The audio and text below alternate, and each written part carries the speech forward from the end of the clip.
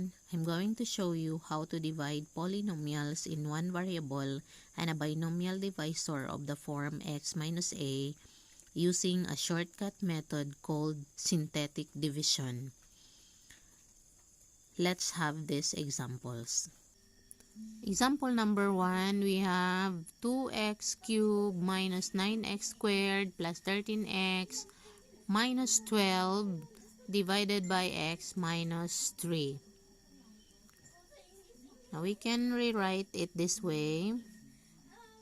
2x cubed minus 9x squared plus 13x minus 12 divided by x minus 3. This one is our dividend and this part is our divisor.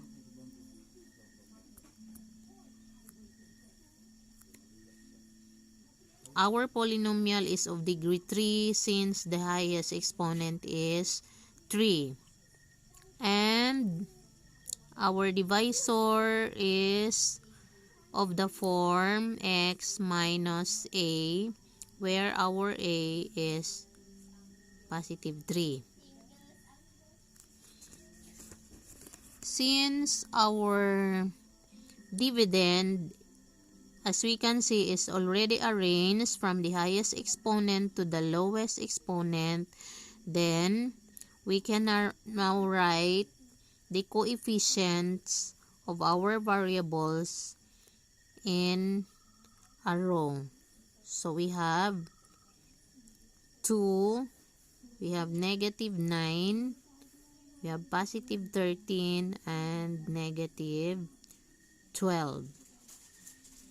By the way, if the exponents are not arranged in descending order, or meaning from the highest exponent to the lowest exponent, you have to arrange it first so that it will be easy for you to see the order of the numbers to be written in a row like this one.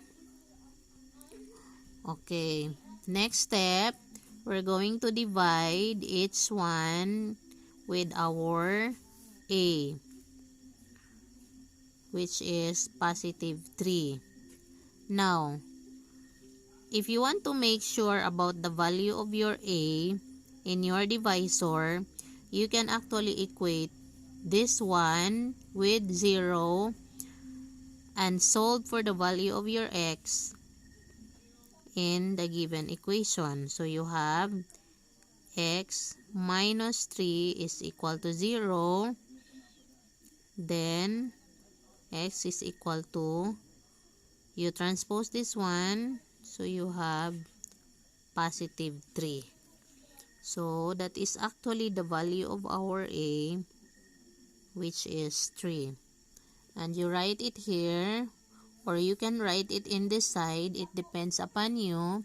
Either way, it is still correct.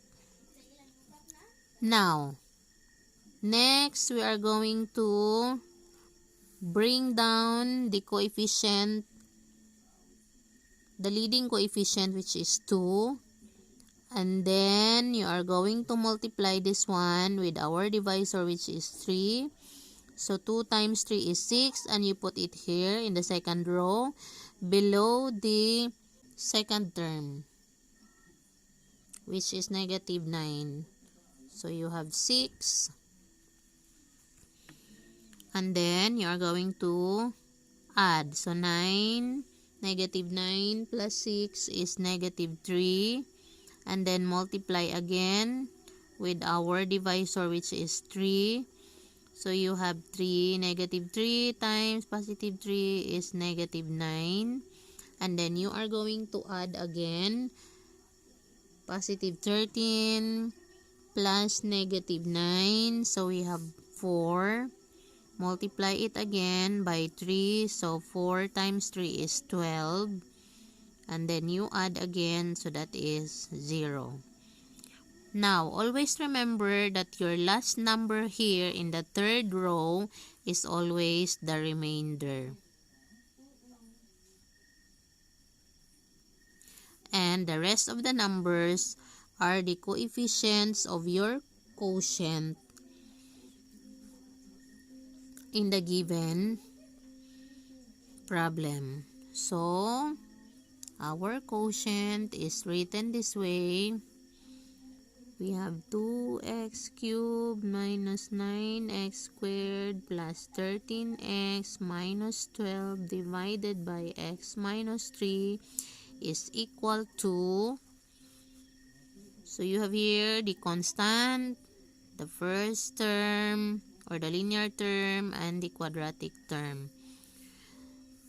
So you have, these are your coefficients of your quotient. If your polynomial is of degree 3, in your quotient, it is already of degree 2. So, it is 1 degree less than the exponent of your dividend. So, you have the coefficient that is 2x squared. Then, you have negative 3x plus 4. So, that is your answer.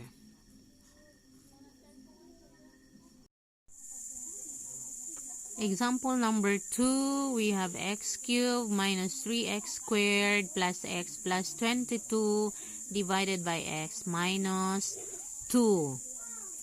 Okay, let us examine our dividend if it is already arranged in descending order. So you have x cubed, 3, 2, and 1. That is already arranged.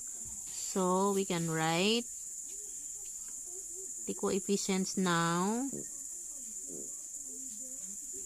1, that is negative 3, positive 1, and we have 22. Next, divide it by our divisor, which is positive 2. So x minus 2 is equal to 0. X is equal to transpose, you have positive 2. So you have 2 here. And then next step, bring down the leading coefficient, which is 1. And then multiply it by 2. We have 1 times 2 is 2. You put it below negative 3. So you have to add negative 3 plus 2 is negative 1. And then multiply again by positive 2. So we have negative 2, and then you add 1 plus negative 2 is negative 1. And then you multiply again by positive 2. So you have negative 2, and then you add 22 plus negative 2, that is positive 20. So 20 is your remainder. And these three numbers are the constant and the coefficients of your variables. So we have x cubed minus 3x squared plus x plus 22 divided by x minus 2 is equal to, so this is, your coefficient is x, your exponent is 3 minus 2, 3 minus 1 is 2, so that becomes x squared. Then you have negative 1 minus x, and then you have negative 1 minus 1 plus, that is positive, so plus the remainder, which is 20 divided by the divisor, which is x minus 2. So x minus 2. So that is how you write the quotient of this problem if the remainder, I should say, is not equal to 0. So you always have to include the remainder divided by the given divisor. Here we have x minus 2. Okay. Example number 3, we have 2x cubed minus 5x squared plus 6 divided by x minus 2. Now, let us examine the dividend. You have 2x cubed minus 5x squared, and there is one term that is missing to make this complete. So we can actually rewrite this one. So 2x cubed minus 5x squared. Now the linear term is missing. So we can actually write it this way. 0x plus 6 divided by x minus 2. Why do we have to put 0x? To make this complete. And as we arrange this from the highest to the lowest exponent. So you always have to put 0, or you write 0 as the coefficient of the missing term. Okay, so it is already arranged in descending order. So we can write the coefficients now from the highest to the lowest degree. So we have 2, we have negative 5, we have 0, and we have positive 6. Divide it by our a, which is x minus 2. So x is equal to positive 2.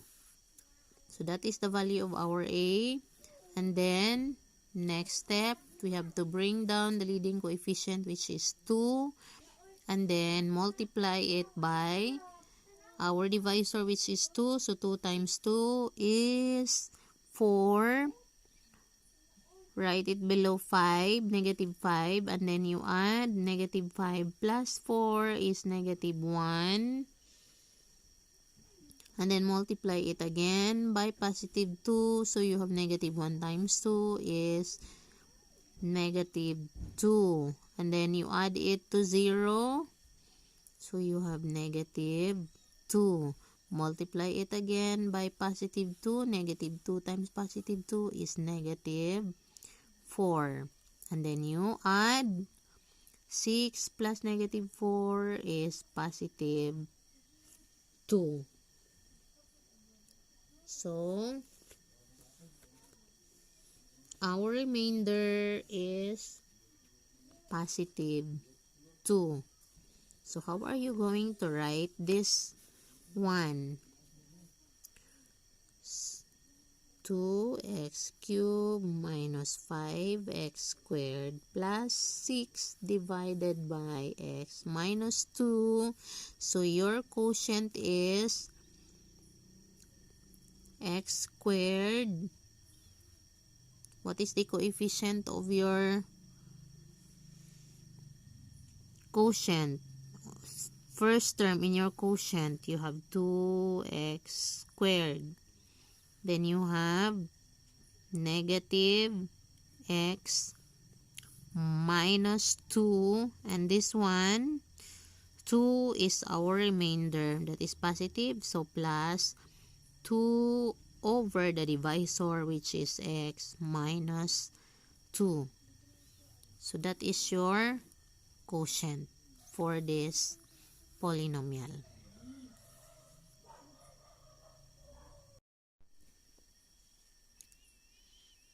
So, as easy as that. I hope you learned something from this video. Hit like and subscribe, and watch out for more upcoming videos. Thank you for watching.